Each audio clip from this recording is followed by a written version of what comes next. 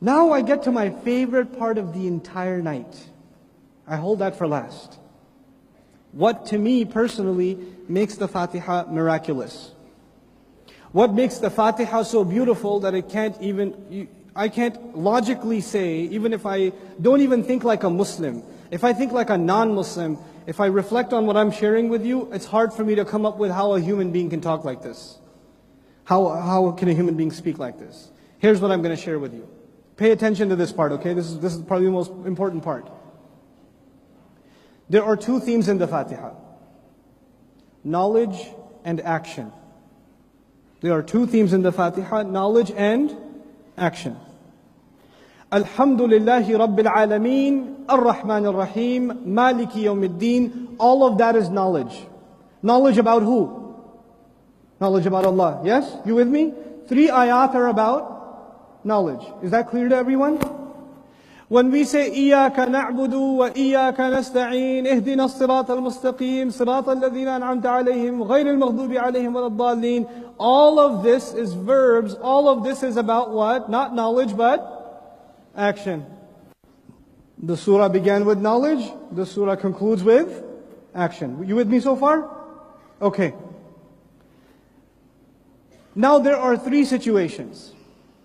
Some people have knowledge, and that knowledge leads them to action. If your knowledge leads you to action, then you must be on the straight path. Make sense? So to be on the straight path, what do you need? You need knowledge and you need action. Okay. But there are 2 other situations. There are some people who have knowledge, but it doesn't translate into action. And there are other people who have action, but it's not based on correct knowledge. Now, if you have knowledge, but you don't act, which category in the Fatiha? Which category? Al-Maghdubi alayhim. They have knowledge, but they don't have the corresponding action. If you have action, well intended, but it's based on incorrect information, then you have action without knowledge. Which category is that? Ad-Dallin. The surah begins knowledge, then talks about action and knowledge together. Then it talks about knowledge without action. Then it talks about action without knowledge. It's perfectly symmetrical. It balances both of those themes perfectly. Let's go back again. The surah begins. How do you talk like that, by the way? Who talks like this? SubhanAllah. And the Quran just spoken. It's just spoken. And it wasn't like it was repeated, like let me say it another way now, because that might sound better. There's no editorial process. Now look at it from a linguistics perspective. And I know you're not students of linguistics. Probably most of you are not. So I have to make this simple for you to understand. But this is one of the most incredible things about the Fatiha. One of the most incredible things. The Fatiha, or in the Arabic language, has 2 kinds of sentences. They have verb-based sentences and they have noun-based sentences. Now today I talked to you about verbs and nouns. Which one is permanent? Nouns. Which one is temporary? Verbs, yes? So the Arabs have 2 kinds of sentences. Verb-based and noun-based. Jumla ismiya, jumla fi'liya. That's what they call it. Okay? Now when the verb-based sentences are used, the context is typically temporary. When the noun-based sentence is used, the context is typically, or the ideas are typically what? Permanent. It's just a rhetorical thing. Okay? Now, I want you to keep that in the back of your mind. Noun-based sentences describe permanence. Verb-based sentences describe temporary. That's the linguistic function of them. Okay. Now, Fatiha can be divided into 3 parts. First I said there are 2 themes. What are the 2 themes? Knowledge and action. Now we're going to divide it into 3 parts. The first part is about Allah. You tell me which part is about Allah.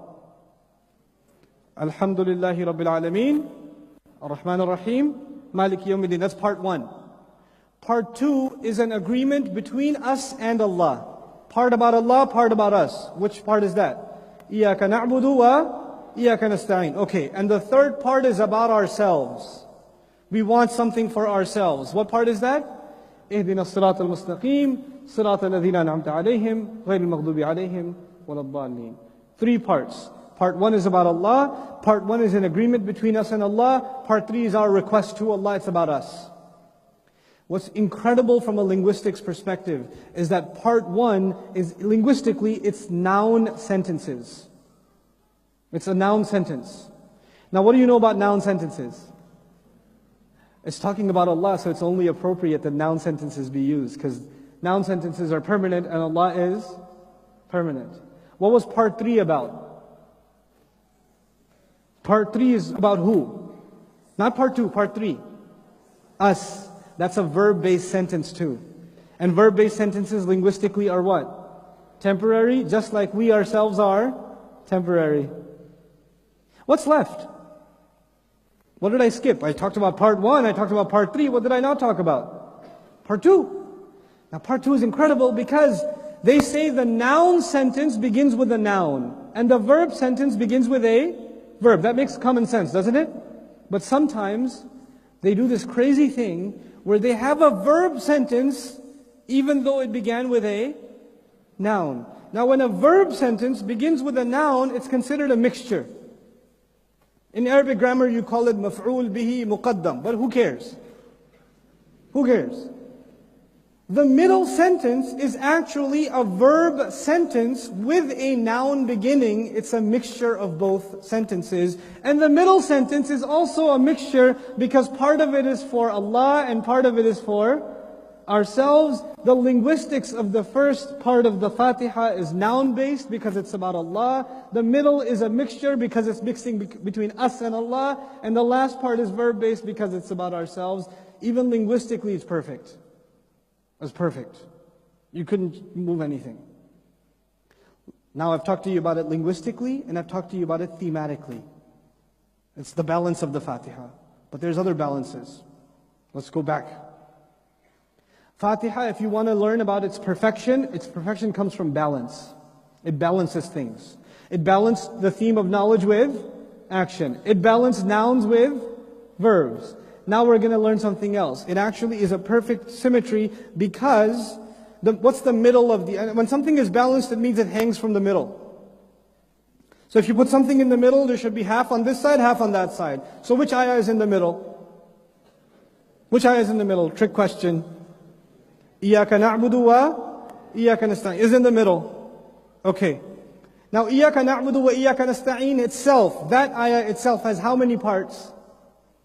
2 parts. What's part 1? Iyaka na'budu. What's part 2? Iyaka nasta'in. Now check this out. Iyaka na'budu is the conclusion of part 1.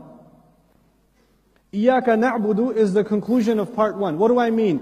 If you know Alhamdulillah, Rabbil Alameen, Ar-Rahman, Ar-Rahim, Maliki Yawmiddin, what conclusion do you reach? Iyaka na'budu. That's your conclusion. I want to be Allah's slave. Now I know Allah and I want to be a slave. Now, what's the second part of that ayah? Iyaka nasta'in. What's the ultimate help you can get from Allah? What is the ultimate help you get from Allah? His guidance. Iyaka nasta'in is the introduction to part 2. Iyaka na'budu is the conclusion of part 1. Iyaka nasta'in is the introduction of part 2. The surah is perfectly balanced from the middle ayah. Perfectly balanced. It's incredible. It's mind-boggling. Let's go back again. The Fatiha balances other themes. Hope in Allah comes from Ar-Rahman Ar-Rahim. But if hope is blind, you become irresponsible.